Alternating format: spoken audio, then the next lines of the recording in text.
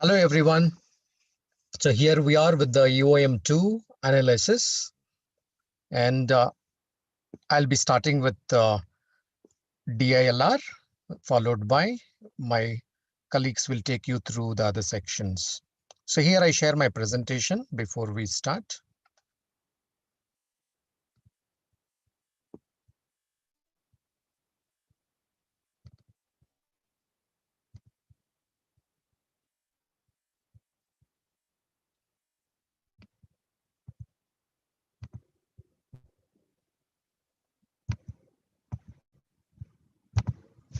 Yeah, here we go, my friend. Here is the screen share of the presentation. Let's get started.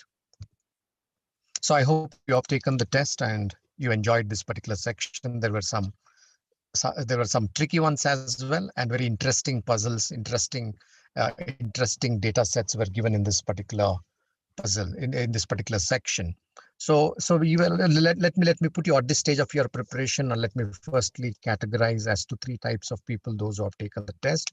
Firstly, I congratulate you because you took the test at the early stage of your preparation if you are a beginner.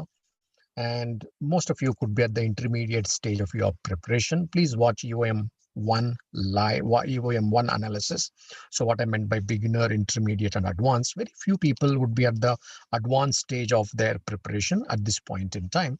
So often at this point in time, either you are a beginner or you would be at the intermediate stage of your preparation.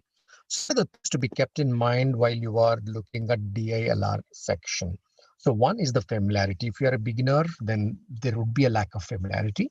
Although there were some simpler sets, because of the lack of familiarity, they might look quite challenging.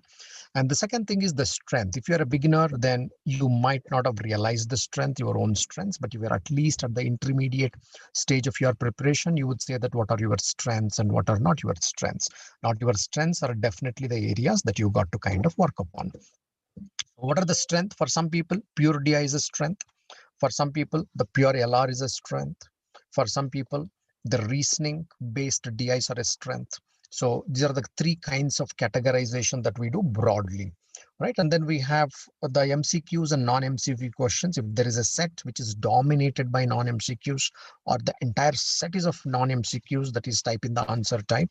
So technically, all right, so we'll avoid those kind of sets in the beginning, right? We kind of pick up those kind of sets maybe in the second round of our testing. We technically look at the papers from the two stages. First is we look for the most familiar sets, the sets which are of our strengths, the sets where there is a support of MCQ, because if you get an answer, if there is a reassurance that okay, this answer is matching with some number, so that gives a good confident feeling. So therefore we kind of look for the sets where there are questions dominated by MCQs as well. This is how you kind of select the sets. Once you select the sets, you kind of sequence them, which one you want to do first, right? So after sequencing, you don't do every single question on that particular set, not necessarily, because if it's a DI based, generally if there are 4 or 6 questions on that particular set, maybe half of them are easier out of 6 questions, 3 of them are nice to deal with. The other 3 can be much trickier. It may not be worth investment of your time and energy during the test, because we are all constrained by those 40 minutes for this particular section. So where do you invest those 40 minutes is important. Also, it's an energy, right? You are also investing your energy. So therefore, where you are investing your time and your talent, both make sense. So therefore, within that particular set, it's good practice to read multiple questions within the set, and then try and figure out which are easy, which are medium, and which are difficult.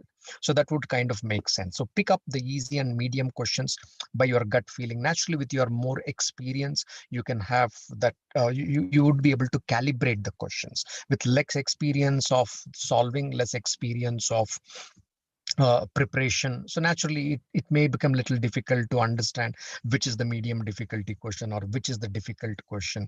But with practice, I'm sure we all can improve on that. So here we go. So what were the sets to name? So this was a Venn diagram for 4. So anybody already who had some exposure to Venn diagram for 4, trust me, this was one of the sitters, in the sense the data was pretty straightforward. There were no challenges, and the good thing is all 4 questions were MCQ questions. So and hence, if anybody with the slightest idea of Venn diagram for 4 could have solved it. Therefore, when I say that for a beginner, probably Venn diagram for 4, if you're only limited to Venn diagram for 2 and 3, naturally Venn diagram for 4, drawing itself could be a challenge. Right now, forget about completing that particular set, answering these questions. The drawing itself might be a challenge. So those who know how at the intermediate stage of preparation, you would have some inclination, some understanding of not only Venn diagram for 2 and 3, you would also have Venn diagram for 4. So this is a pretty straightforward. You would have filled all those particular cells with limited amount of reasoning, and hence you would be able to get this. So I would rather say that anybody at the intermediate or advanced level of preparation, this was the sitter, right? So 4 out of 4 questions could have been done in about 7 to 8 minutes time based on your speed. Some of you might take a little longer as well, because speed can be an issue at the early stage of your preparation, because you may still have to consolidate on the concept so that the speed would be generated. So here we go. This is one of the sets, technically round 1 or round none, in the sense, I don't even know how to draw a Venn diagram for 4, then you would have left it. So otherwise, technically, it should be a round 1 set. So then comes this another set. So where there are 2 football teams in a college, A and B, and they have played 100 matches in a given year, in a particular year. And then so there are 6 cases within this. All right, there are 6 cases. If you have identified those 6 cases, you are also given 6 hints to get about 6 equations, right? So you're getting about 5 to 6 equations. So you get 6 equations and there are 6 variables, because firstly, you understand there are 6 variables out here. And then so all the questions were non-MCQ questions. Therefore, I would say that in this particular set, this is one set typically should be taken only in the second round. Nobody should have ever touched this in the first round. At times, what happens is the games looks very interesting. But the point is, had there been some support with MCQ questions, could have been better. But here, 6 questions were there on this particular set, and all 6 were non-MCQs. So if you would have committed one logical error while doing this, the entire 6 questions might have gone wrong. So very highly likely that most of the question you end up getting wrong, right? Because there is no reaffirmation. So it costs good 10 to 12 minutes of your time.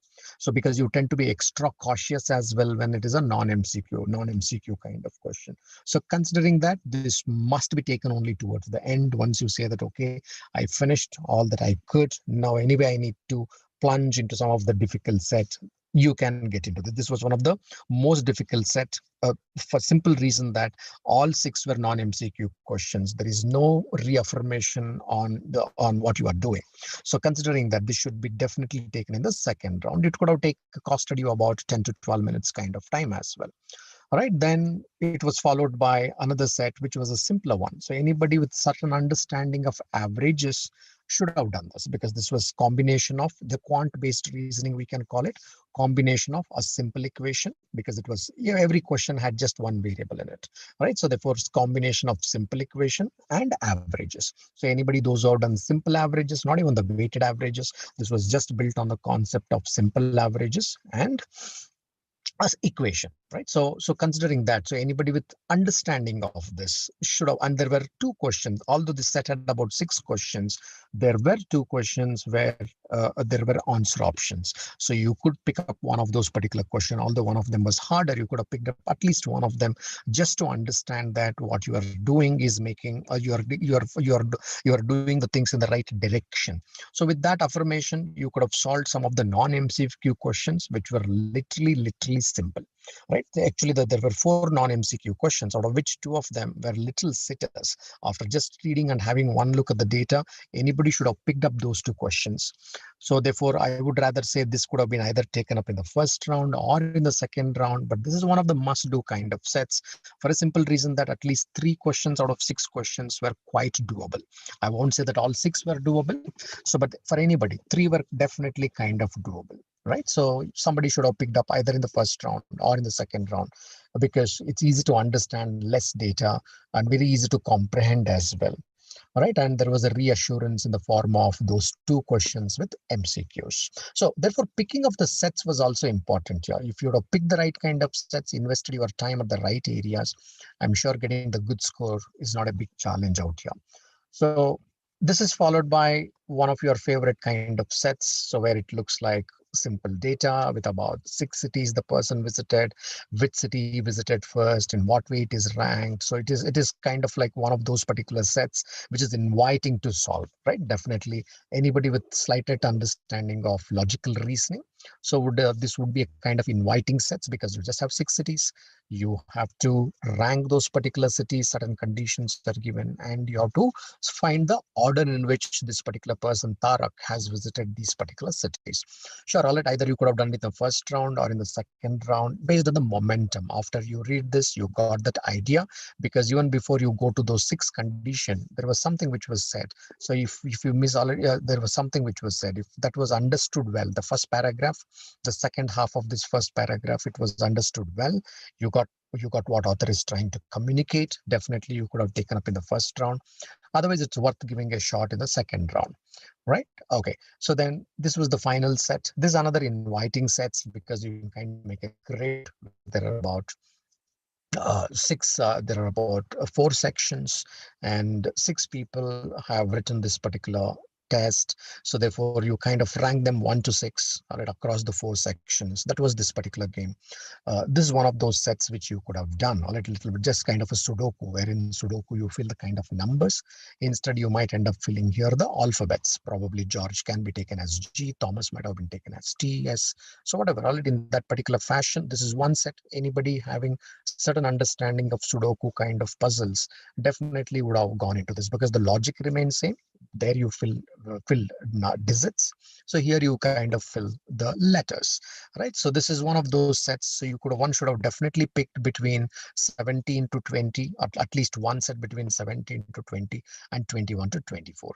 Had you just gone through all the sets, picked up those 3 sets that you would like to do, sure, all it would have come out. You would have got definitely a much better score for this paper. Even doing 3 out of 5 could have been a really, really good bet. When I meant 3, I didn't even mean that you have to solve 3 sets completely. Even had you done it partially, those 3 sets, invested it, that's a pretty good average effort, right? And above average, definitely had you done most of the questions from these 3 sets, definitely would have stood out. So here we go. So you will understand the scores, what I meant by this. I didn't find any set to be much easier as such. So they were either of the moderate difficulty level, some of them were time consuming, and there was one difficult because of all 6 questions being non-MCQ questions. That one on that A and B teams, so playing 100 matches in a particular year, right? So if you look at the scores, it kind of reflects. First, let us take a look at the 98 percentile, because most of the IMs tend to give call around that, right? So therefore 98 percentile is technically, we consider it as a benchmark number.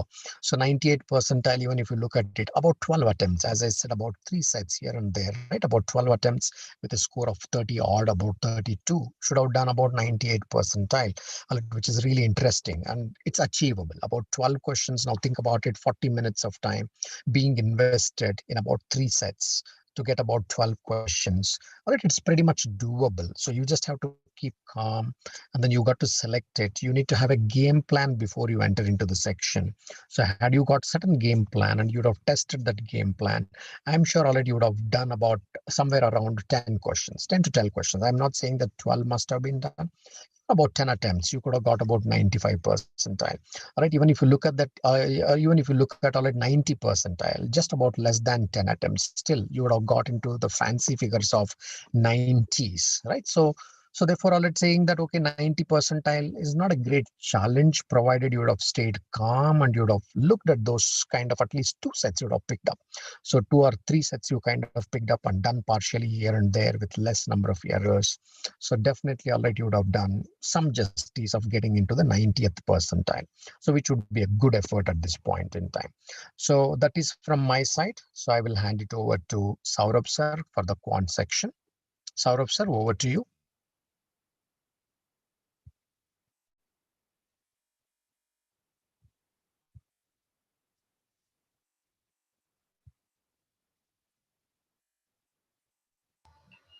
Thank you, sir. That was for the DI section. Moving on to the quant. Before we move on, obviously, today is Holi. I hope everybody has had a safe Holi. Happy Holi. But hope it was a safe one. Moving on to the quant section. quite a balanced paper.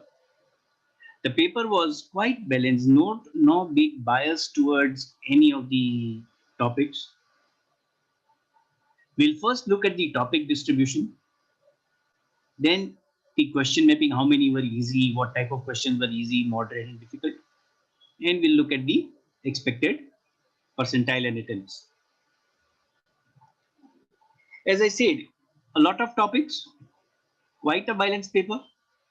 There are two questions from averages, one easy, one moderate. One question on circles, part of geometry, easy one. Functions, one question, moderate. One linear equation question, easy. One logarithm question, moderate one. There are three questions on numbers, all three were easy. Partnership question surprisingly was a difficult one this time.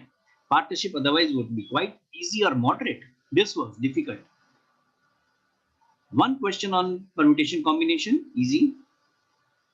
Polygon, one question, moderate. Two questions on profit and loss, easy and moderate. Usually profit loss is not very difficult. One moderate question on progressions and one on quadratic equations, moderate. Three questions on ratio proportion, two easy, one moderate. One question on SICI, one moderate question on surge and indices, two easy questions on time and work, one easy question on time speed distance. And there was one easy and one moderate question on triangles. That makes it a total of 26 questions. And 40 minutes was the time, 40 minutes like what you had in CAT 2020. So there were a total of 15 easy questions, 10 moderate questions, and only one difficult question. There was luckily no very difficult question or lengthy question. Let's look at the easy questions. One easy question was on profit and loss. Profit is given. If you sell it at 250, there's a profit, 2,500. If you sell it at 1,600, there's a loss. And the profit and loss are given in some ratio, 3:2. And you are asked, what would be the selling price if you desire a 10% profit? Quite a moderate question, probably it can be solved fast also. Even if you use equations, even if you use logic, this would be quite fast. Numbers, one question was of HCF LCM. Somebody has some number of pencils, erasers, and sharpeners, and he wants to distribute among the children. Everybody should obviously have the same items. If somebody gets one pencil, everybody gets one pencil, something like that. The question was, what if everybody gets the maximum number of items? How many pencils did everybody get? That was the question. So just a simple analysis, simple application of HCF, highest common factor. One more question on numbers was the application of a raised to n plus minus b raised to n. This is divisible by what? A plus b or a minus b. So applying that, and the question was, there were four options, and the question was, which of the options is divisible by 19? So we had to apply this a raised to n, b raised to n funda. Third, quite easy, was three-digit number and reverse three-digit number. If the reverse number is subtracted, the result is 495. So how many such numbers were possible? The only catch sometimes usually errors are made is the fact that we forget that the reverse number is also a three-digit number. So that was one small thing where people might have made a mistake.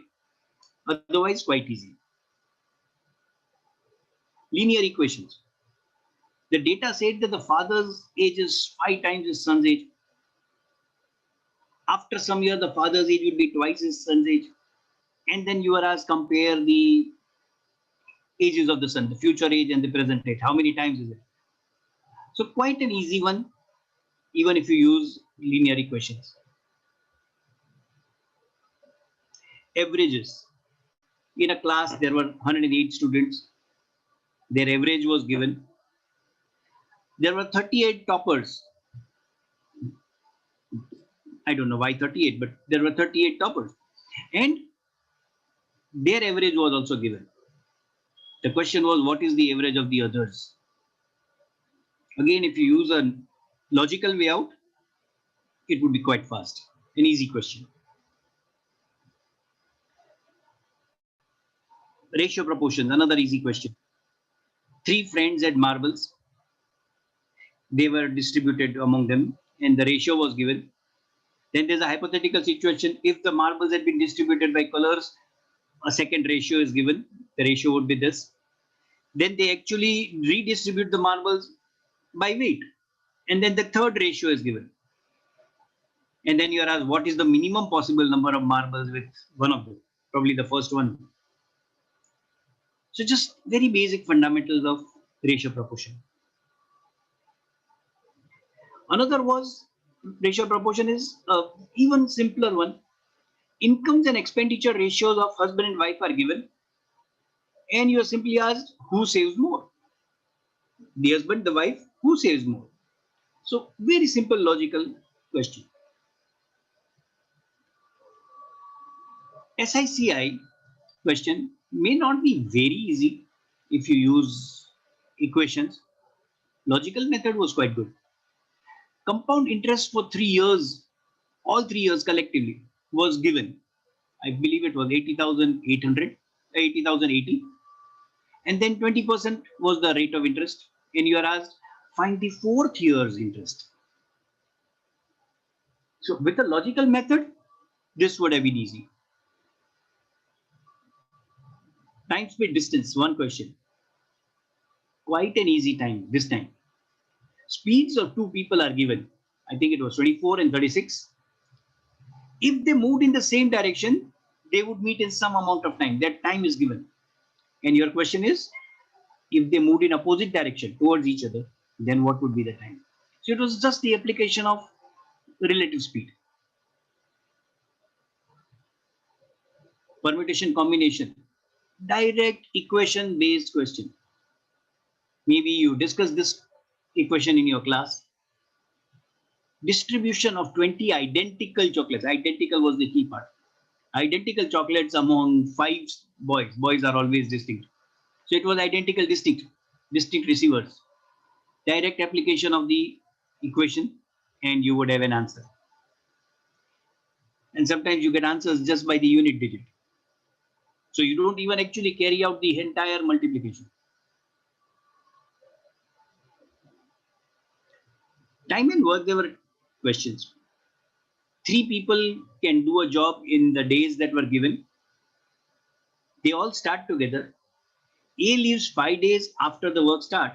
That means he only works for 5 days. And C leaves 5 days before the completion of the work. So what was the total number of days? Simple application of the classroom type of questions that you do.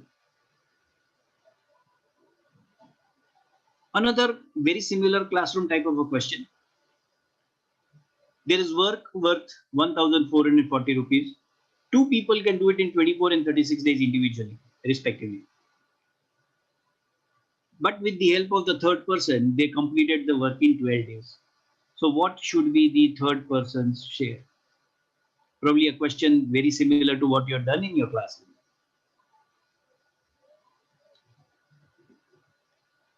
There was one easy question on circles. Just the direct application of the secant rule. From a point P outside the circle, 2 secants are drawn, PAB and PCD. The only problem was the equation is in a different format. The lengths given were in a different format. So that might tempt you to make a mistake. Just a little bit of an alertness and you would have got this right.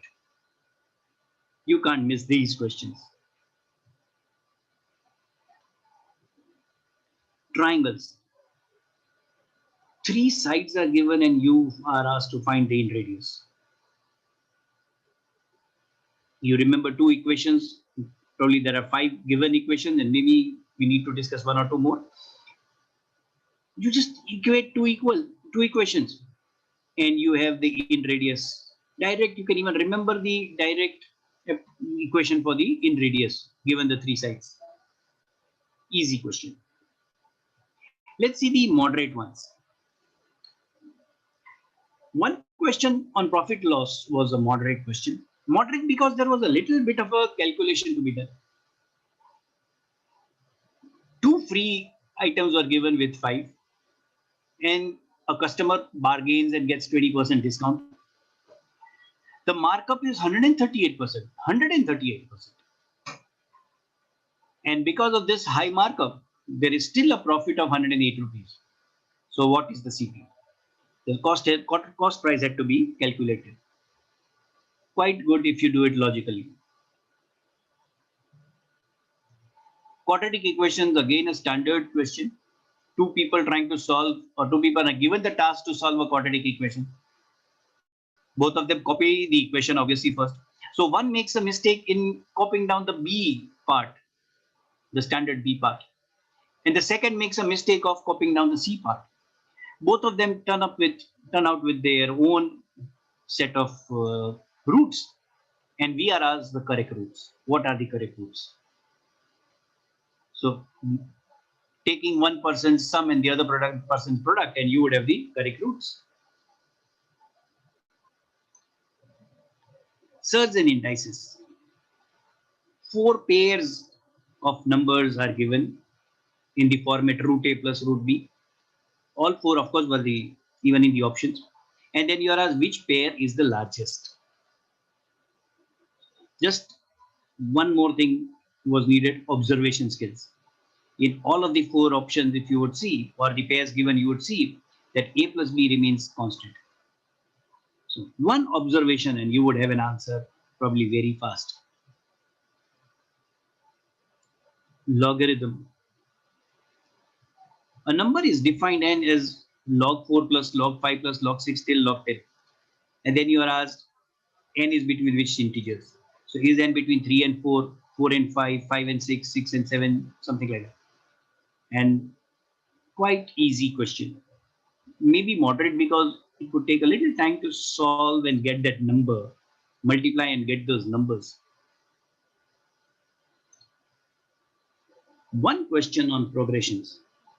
2 APs are given. And how many common terms are there between the 2 APs? Sorry, not just terms, but how many common terms? One AP had 200 terms.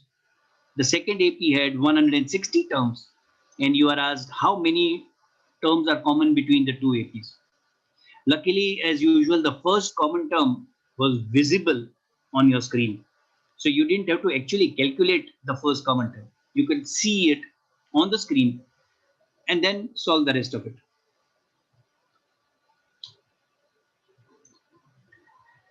Ratio and proportion. A little moderate, a little lengthy. 2 mixtures X and Y are made from 3 chemicals ABC. And both obviously are in different ratios. ABC are mixed in a particular ratio to get the mixture X. ABC are mixed in a different ratio to get the mixture Y. Now X and Y are mixed to get the percentage of A, 33.3333, 33 1/3% concentration of A. Then the amount of A is doubled by adding pure A. And then you are asked what is the concentration of chemical C in that mixture. A little lengthy, maybe calculating, getting proper numbers in the ratios.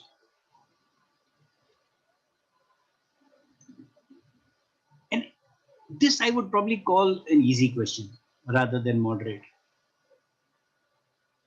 Averages, 5 numbers are there. The data said the average of 5 numbers was given. Just 5 numbers, not more. The median value was given. You know the middle value. Out of the 5, you know 1. 2, and the question said there's only one mode, and that mode was given. That means you know 3 numbers out of the 5. And then you're asked what is the least possible value of any one of them. So all you have to do was set the other 2 and try to minimize the least number.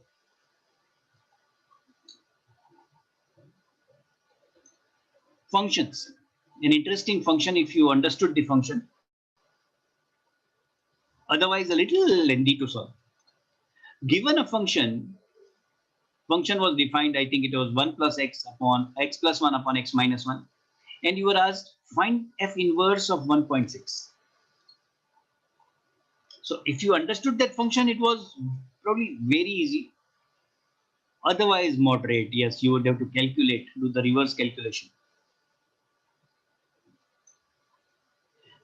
This was a little lengthy and maybe even difficult, maybe a little more difficult than moderate. There was a right angle triangle with sides 7, 24, 25 that was given to you. The right angle is trisected. A was the right angle vertex and the 90 degrees is trisected, which gives you 30, 30, 30. So AX and AY are two sides, two legs drawn to the hypotenuse such that they trisect the angle 90 degrees. And then you are asked, what is the ratio AX, AY? Quite an interesting question. Once you see it, it will be quite easy.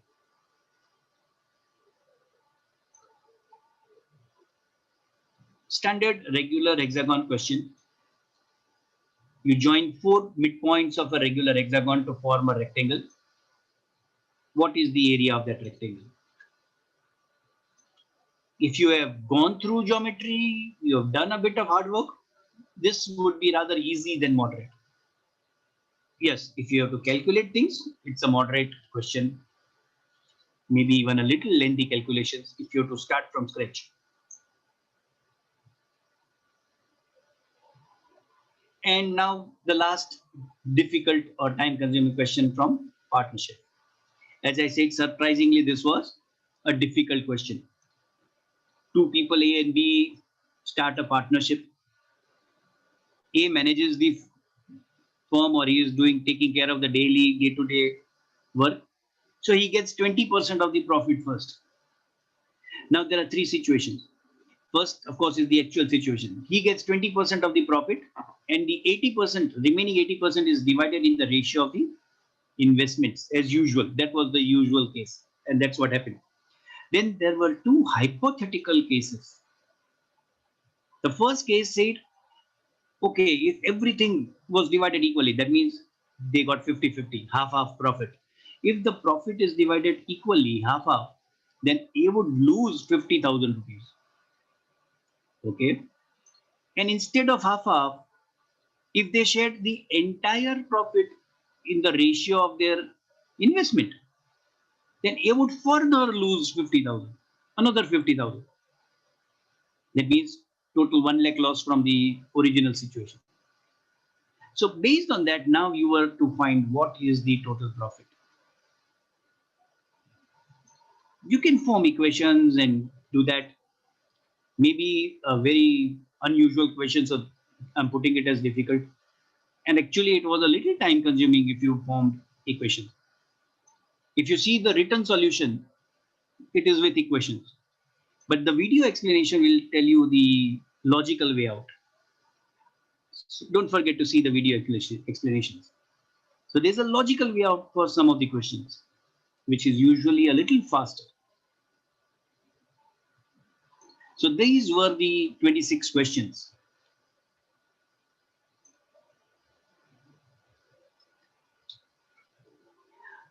Now there was only 40 minutes given to you instead of the usual 1 hour because of the COVID situation. There was only 40-minute question probably last year. So this paper is in line with that. There were 15 easy questions. Ideally, I would expect everybody to solve each of these 15. Maybe you miss out one. And maybe you miss out a few more because of the 40-minute instead of 60-minute. You are a little under pressure to complete a little more. So I will still expect you to do 11 out of these 15. And 3 of the moderate ones. There were 10 moderate. I would expect you to do some of them. Maybe one of them was your strength. So maybe you will solve those 3. And of course, otherwise you would have solved 3 more of the easier ones, whatever be your strength, according to your strengths. And I would not expect anybody to solve this partnership question. I hope nobody had tried to solve that during the test. Luckily, there was no very difficult question. So I would expect A 98 percentile. This is what I'm expecting for a 98 percentile. I would expect a 98 percentiler to have at least 14 attempts. 14 attempts is what I am targeting for a 98 percentiler, keeping 40 minutes in mind. So 14 attempts, because most of these were easy and moderate, I would not expect a lot of errors this time. Just one error is permitted, not more than one I would expect. So 13 correct, 1 incorrect would give you a score of 38. So I'm expecting a 38 score for 98 percentile. As sir had previously just said, 98 is the benchmark. We start with the talks on 98 because most of the IIMs would focus on that part at least. So 98 percentile is at 38 marks. 100 percentile could be achieved at 57, obviously even above 57. So 57 plus would be for 100 percentile, and 99 percentile I would expect at 48 marks. Because it was a little easier paper, marks would shoot up. People who are fast, people who have worked very hard would actually crack the paper. So 48 marks. Coming below 98, 95 percentile can be probably achieved at somewhere around 34, with 90 percentile being at 29 marks and 80 percentile at 20 marks. 20 would at least give you still 80 percentile. So if you can crack the easier ones, I'm sure you would be able to achieve your targets, at least the easy and the moderate ones. So that marks the analysis of the quant section. I would request Ajit sir to take over the verbal part from here. Thank you, sir. Thank you so much. So we are back to analysis of the verbal section. Happy Holi, everyone. My colleagues have already said. We just hope that after missing out on Holi, almost missing out on Holi last year, this year you guys had a good Holi. Wherever you are, you're still wearing a mask. You're getting vaccinated as and when your time comes. And let's get started. So, what did we have in the verbal section? We had a verbal section that was it as colorful as the Holi that we expected? We had a perfect CAT 2020 format verbal section, 26 questions, 40 minutes, 18 questions dedicated to reading comprehension, which had 2 RCs with 5 questions each, 2 RCs with 4 questions each, out of context 2 questions, rearranging jumbled sentences 3 questions, summary 3 questions, overall difficulty level moderate to difficult. I don't think I will call it easy. Reason, I've always said, I kept saying this to people who were there giving the CAT last year, that when the time decreases, the difficulty level of the questions has to be proportionately adjusted. A lot of questions in today's paper were not really so difficult. Honestly, I would rate them moderate, but then I also have to see the time allocated to the questions. And when the time decreases, the perceived difficulty of the questions has to automatically increase. That is the logic. So what did we have? We had passages which were more or less all of them contemporary. If you've been reading newspapers, you would not find these passages very difficult, except one, and luckily that happened. That passage came at the end. So the first passage was the one on SEBI and independent directors, 450 words approximately, with 4 questions. Definitely a passage you should have attempted. 4 questions, 3 of them I'll call them applied information. So all of those questions were based on the scenario or the description in the passage. You have to figure out which of the given cases relates with whatever is mentioned in the passage. These questions are typically called applied information questions. And As I see it, everything that was easy in RCs was in this passage. 2 easy questions, 2 moderate questions. This RC totally deserved 7 minutes, and you should have scored at least 3 out of 4 correct on this passage. Then came, so there was an escalating level of difficulty in today's RCs. The first one was the best. The second was not so bad, not so good, but then it wasn't the worst on the set. Then you will have the third one coming after this, which was again like not the worst out of the set, but it was definitely not as easy as the second one. So easiest, easy to moderate, moderate to difficult, and the bomb passage. That's how we arranged your passages today. RC2, 5 questions. Out of those, there was one. A scan and verify question means you just have to go back to the passage, look up the information, and come back and answer the question on the basis of whatever you could find or you could not find in the passage. That's what a scan and verify question is. A lot of people call them detail-based questions. I am fine with whatever you call them as long as you have the correct approach. So 5 questions. First one, inference. They can scan and verify. A strengthen question, a weaken question, another inference question. That was the sequence. The third passage, copper price surge post the pandemic. Again, taken from a very recent article. 5 questions again. This basically saved you. If you had invested into this passage, you would really have all the courage or all the clarity that you need to avoid passage number 4. Just 300 to 350 words, 5 questions. Yes, there was a contextual meaning question also. What does the author mean by this? Not a very easy question per se, because the question actually tested you on your understanding of a phrase in economic terms. There was information in the passage. There was some information in the passage about what the phrase means or what that sentence means, but you had to have some economic background or some reading background to actually mark this question confidently.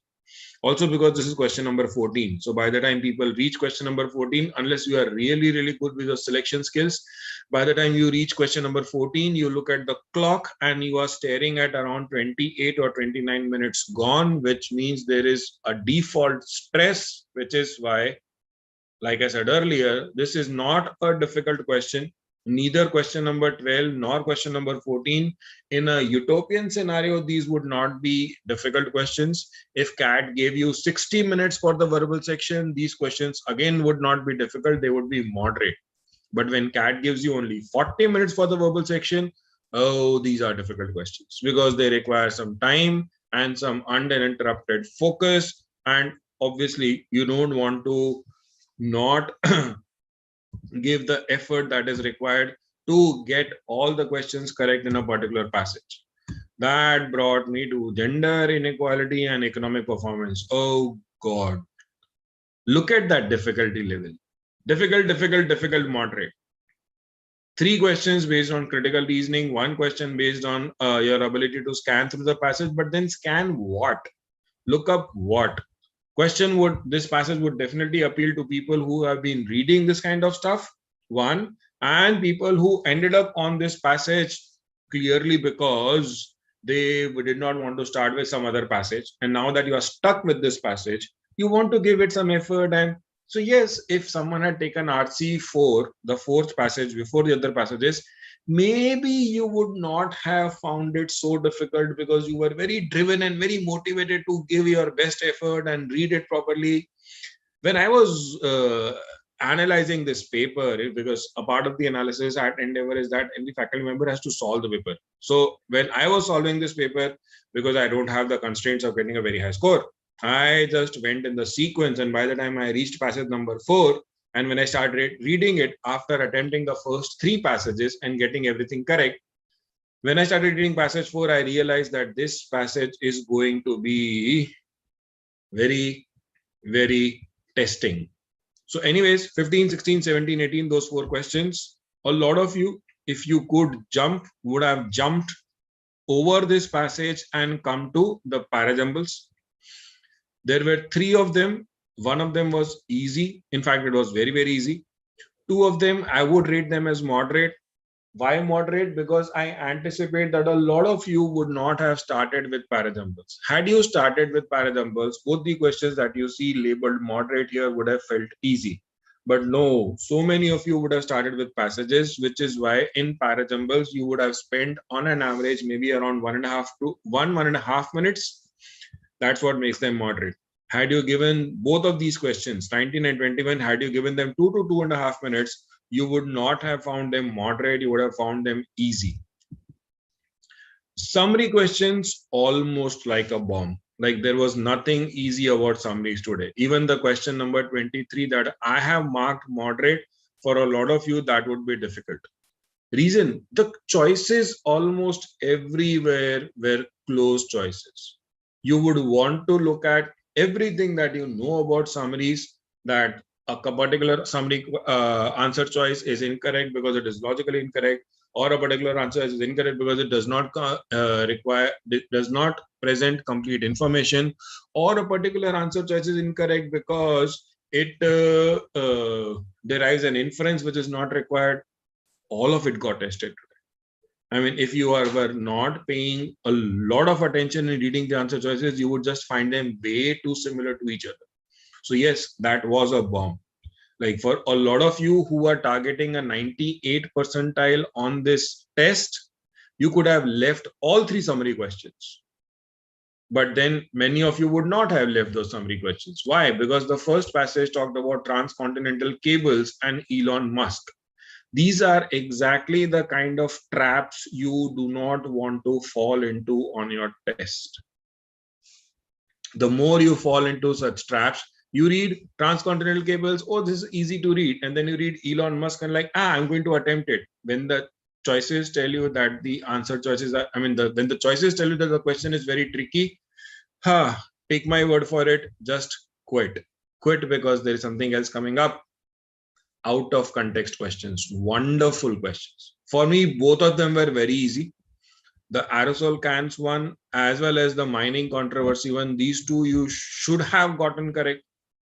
So the paper breakup is this: 6 easy questions, 12 moderate questions, 8 difficult questions. I have always been a fairly lazy person. I would rather invest all of my time in those easy questions than invest my time into difficult questions. Some of you would have an inverse ratio. You would have attempted only 2 to 3 questions out of easy, but you would have attempted 5 to 6 out of difficult ones. That tells you you have 7 months. You have exactly 7 months. And in these 7 months, not 7 months. In the next 4 or 5 months, you have to get your selection strategy in place, which is going to be driven by your awareness of strengths and weaknesses, which is further dependent on how well do you solve whatever material you are solving.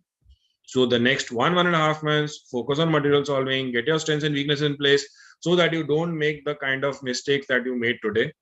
So my expectation for a 98 percentile, I would have wanted you people to maybe attempt only around 16 questions and get me a 36. This is what things would look like. 20 questions with 17 correct would put you at 100 percentile, a score of 47 and above. Is it possible to get 20 attempts and 17 correct? I think that would be a much better scenario than you trying to get me 23 attempts and 17 correct, or a worst case 23 attempts and 16 correct. That's not what I want. 2017 seems like a much preferable scenario here. Gives you enough time, 40 minutes, 20 questions. That is the best thing that you can expect from this format of CAT, 2 minutes per question. So you start with 20, look at how the curve falls. From 20 attempts with 17 correct, people have come down to 12 attempts with 8 correct, and they are still standing at 80%. That is what it is. From 20 to 12, you are increasing your average time per question from 2 minutes per question to almost 4 minutes per question, almost. On the other hand, your net investment in the first scenario for 100 percentile, your net investment stands at, to get a score of 100 percentile, you would have given approximately 2.5 minutes for every correct answer. That is the net investment. But that time, 2.5 minutes for each correct answer, absolutely doubles and you fall from 100 to 80. These numbers are going to be very, very important for you as you plan things going ahead over the next 7 months. So this would be our scores. As you can see, as Saurabh sir also said, Quant was the easiest section. Hopefully Quant will remain the easiest section because so many CAT takers live in the fear of Quant. So let's hope Quant remains easy going ahead also. As for the verbal ability and reading comprehension section, moderate, you can call it difficult, you can call it moderate, depending on the preparation level. DILR, it has been a sort of a trend on CAT for the last few years. DILR has rarely been easy. Again, you want to take the tests and you want to look at previous year scores also, that by the time you approach the next open mock, you are settled inside your head on what to anticipate. The clearer your expectations, the easier it will be for you to score. The less you will be disappointed when you are done with the test and you see your score on the screen. Everybody targeting a 99 plus percentile on CAT 2021. Between now and the next Endeavor open mock that we conduct, all you have to do is work on your strengths, work on your preparation, work on your analysis, and make sure that by the time you reach Endeavor open mock 3, you know how to get a 90 percentile. I'm not even asking for a 98. If you can get me a very clear and well calculated 90 percentile by Endeavor open mock 3, we are pretty confident over the next 4 to 5 to 6 months, you can zoom from 90 to 99 plus. Start at a lower benchmark, work consistently, get your high ambitions. That is the definition of Endeavor. Thank you so much for your time. We wish you all a good and a safe time ahead. Like I said, stay safe, wear a mask, take lots of care of yourself and of everybody else. We will see you again